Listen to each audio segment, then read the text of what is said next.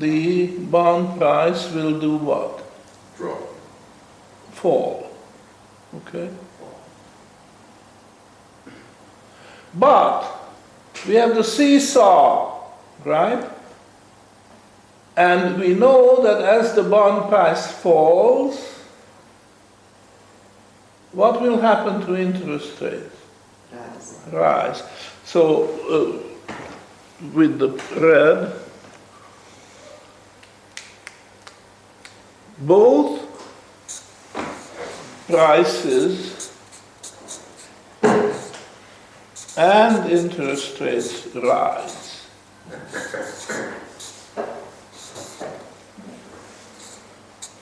Interest rates.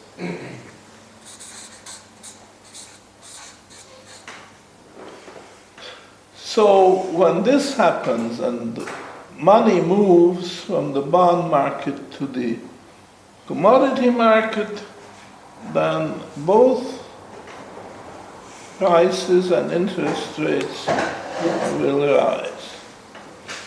Now, corresponding to this, there is the other phase of this oscillation. By the way, the word oscillation means pendulum-like, okay? Just like the pendulums oscillate from one extreme to the other and in between. So do we have, oh yeah, you just reverse the arrow.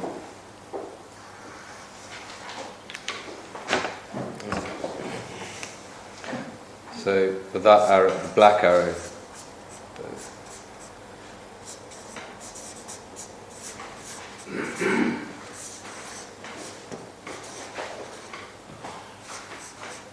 and let's argue it in the detail. oh,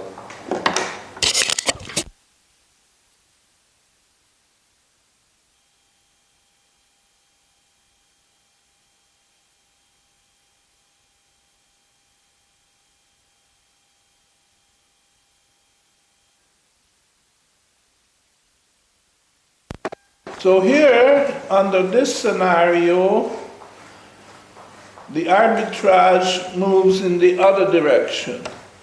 Arbitrageurs sell the commodities, and as a result, commodity prices in general fall.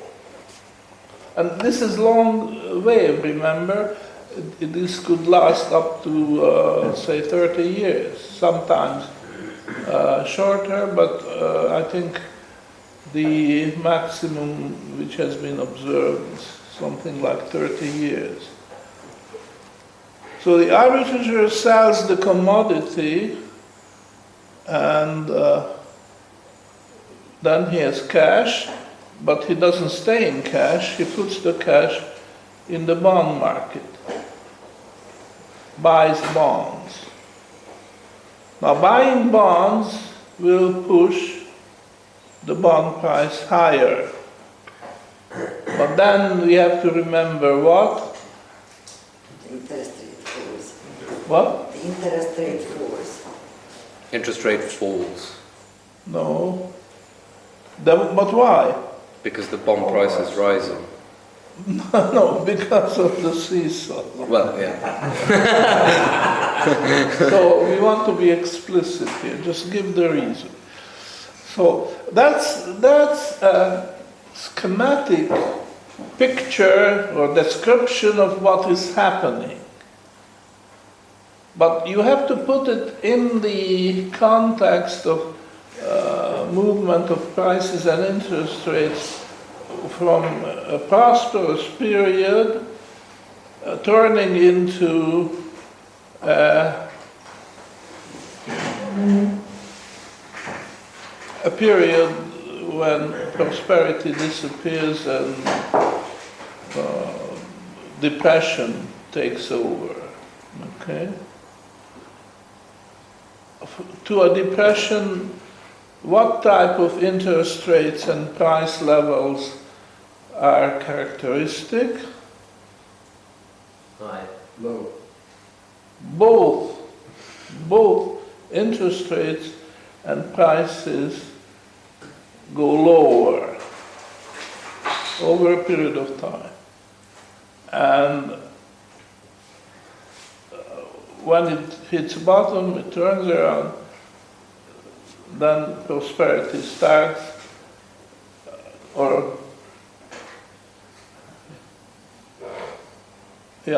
prosperity. I was looking for an alternative term, but in Europe, conjunctura would be the alternative word which characterizes the other movement, you see. So this is what I find is a very convincing model. Money keeps moving, one direction or the other. And of course there are always the guys who anticipate this and continue doing it, and these are the arbitrageurs who read the actual situation correctly and act accordingly, and they are the early birds who get the worm. The arbitrageurs could be any actor in the economy could be a potential arbitrager. For instance, a producer would start retrenching before all the others because he has an early warning system of his own, which is telling him that the direction of the money flow is what? We are talking about producers. If money flows from the commodity market to the bond market, then this arbitrageur anticipates what's going to happen and he benefits by this. And the same in the other direction. You see the relative long wave of the cycle confuses the picture for people because people they don't think so consistently that so this is not obvious, this oscillating flow back and forth. And please notice that this is for averages. There could be exceptions, certain commodities when the movement is in this direction could still rise. I mean, this is obvious, isn't it? That we are here working in terms of broad generalizations. There are exceptions here, but by and large, taking the volume, totality of commodities, the people on the average sell the commodity and buy the bond. So there are two conclusions which we should make here. One is that we have to look for the force which brings this oscillating flow of money. These are very large flows. We are not talking about something local or something small and something short-lived. We are talking about long wave, and we are talking about very large volumes. So they really changed the total world economy when such a turn takes place. And of course, different strategies will be appropriate to the two different phases of the long wave cycle, because in one case it's retrenchment, in the other case it's expansion. And those who misread the signals, of course, could lose heavily. So I'm going to ask you in a moment to start a guessing game. What is the reason, what causes this oscillating money flow? Okay. And the other thing which follows from observing these oscillating money flows is that there's always a little bit of overshooting. So in the phase when bonds flow to when bonds are sold and commodities are bought, at the end they build up stockpiles, which then turn out to be unnecessary and do a lot of damage. Okay. And when it turns around, then it could overshoot in the other direction. It means that people are buying bonds that, if it overshoots, means they buy too many bonds. Correspondingly, the bond price is going to be extremely high, interest rate extremely low, out of sync with the reality, and there will be financial losses, you see. So these can be observed, and now let's have a little discussion. What do you think? What puts that oscillating money flow into motion? Just like in the case of the ebb and flow of the oceans, thanks to the outside effect of the movement of the moon around the earth, we are looking for a cause. Arbitrage. So people cause it, people who are misguided in a way, because this, by the way, this is damaging. I'm not suggesting this picture as the ideal, as something which is benefiting everybody. I would suggest this is damaging, because instead of a steady economy, we have extremes. I just mentioned this overshooting. Whenever such a thing occurs, it means that we had an extreme case of disequilibrium occurred, and this will be punishing to a lot of people. A lot of losses are caused by this. Yes? The business cycle caused by monetary policy? The business? The business cycle, which is caused by... Yeah, but that's basically the same. This is a special type of business cycle, the long wave Kondratyeff cycle. Now there are shorter cycles, and the complete picture is rather complicated, because you have to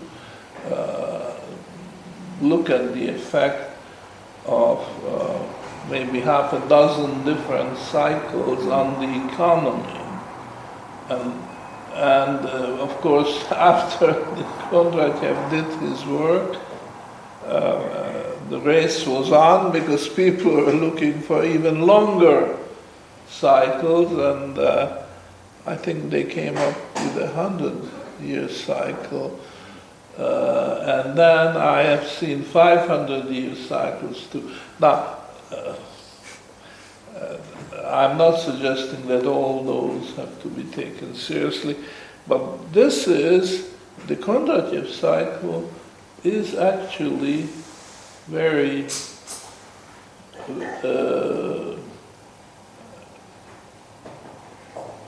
forceful, okay, and very easily observable. There is little doubt that we have an important economic phenomenon we have to study, and if we find the reasons and we can at all counterbalance it somehow, then it should be done. So, yes. Is it human nature, greed and fear, coming in waves? Is it human nature, sort of greed and The fear of coming? human nature, coming in waves. Yes. By the time one bears the fingers enough, the Yes. others start. That, in other words, human nature is has what's the word? The physical inertia. If a lot of people are optimistic as far as the economy is concerned, then chances are that they will be optimistic still when the causes for optimism are no longer there. And they don't recognize it. And the same way, pessimism, when the economy is bad, and people are, and has been bad for almost 30 years, and people will likely to believe that this will just go on. And that's also the same word, inertia. Well, all right, this is one.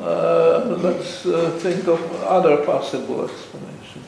Well, I suggest you need to divide this into what starts it and what keeps it going.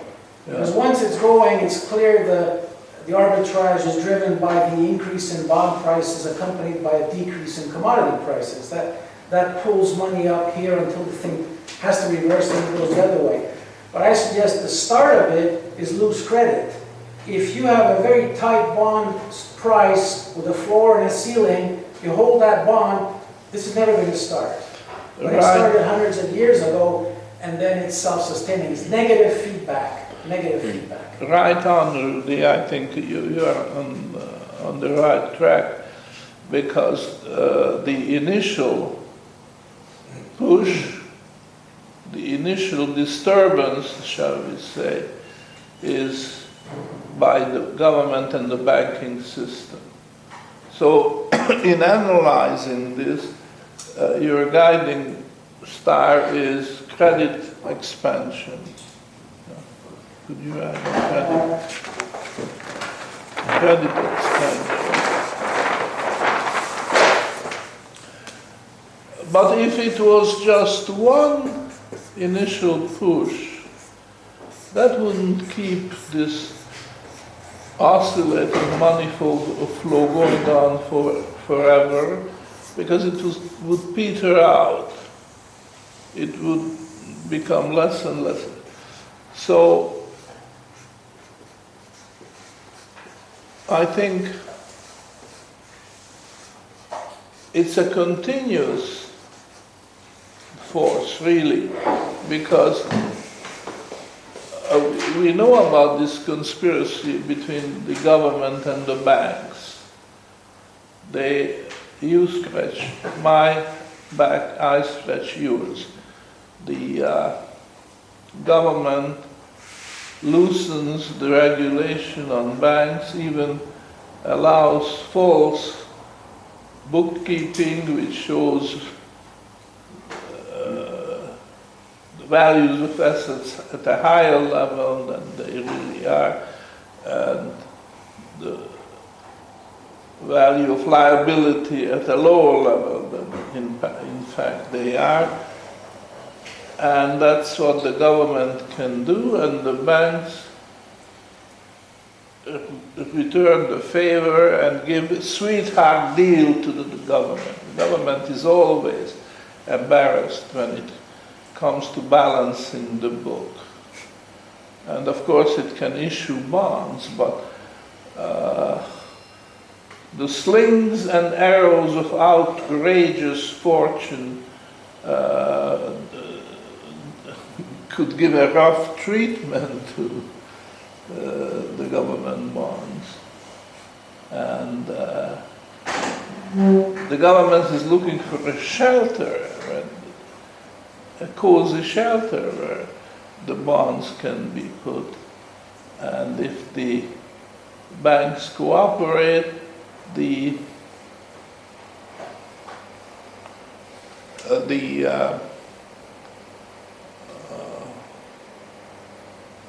balance sheet of the banks is a lovely place for government debt, because then it's no longer under scrutiny.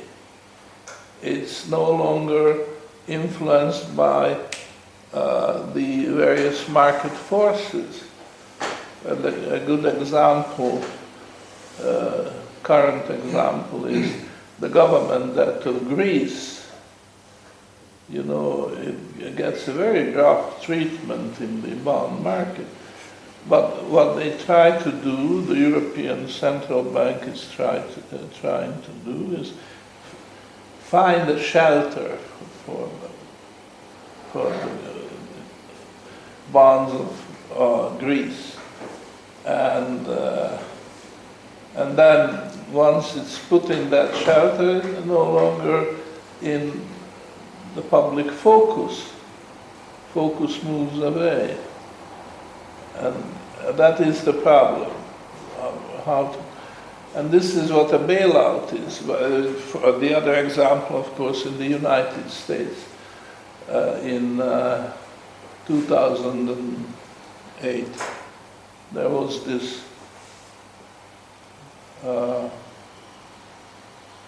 bailout on a big scale. And a better way of describing this is not that the Fed bailed out the big banks, but the government was looking for a shelter for the liabilities of the big banks, and perhaps with some arm twisting, gentle persuasion, a bigger bank could absorb the bad assets of the smaller bank. You know? And again, this is on this false logic that when the bad debt was put in the portfolio of a big bank, that was an improvement, because the markets could be pacified that way. But how foolish it is to believe that this is the case. Because in fact, the balance sheet of the bigger bank absorbing the toxic assets of the small bank would do harm to its own balance sheet. So there had to be a little arm twisting involved. The Fed and the government would twist the arm of the bigger bank to absorb the toxic assets of the smaller. And ultimately, of course, the big banks also become subject to the same effect, and then the Federal Reserve has to absorb the toxic asset. You see, this shows the stupidity of the strategy. It would be much better to force the banks to face the music, and they should just write off the bad assets and start a new page. But they are not doing this. They are allowing the toxic waste to carry on, rather than getting rid of it, which I know is painful, but it's far more painful when the whole system ultimately collapses. This is similar to kicking the garbage upstairs to the attic, hoping that the problem is now solved. But at one point, the structure of the house would give way, and then the whole accumulated garbage simultaneously would just come down and overwhelm the economy downstairs. Is much worse. So, as far as the cause of this oscillating flow of money, huge amounts of money between the bond and commodity markets can be explained in terms of credit expansion. This doesn't mean that this inertia of human nature doesn't come into the picture, but I think you need an initial push, just as Rudy pointed out. And that initial push came from credit expansion, conspiracy of the government and the banks. They want to be do-gooders, and they do far more damage than good, if there is any good in this at all. Okay? Now, open. I think we've got our coffee break. Oh, coffee, sure. So sure. we'll adjourn for 15 minutes and then questions and answers. All right, so you can think of your questions and break them up after the coffee.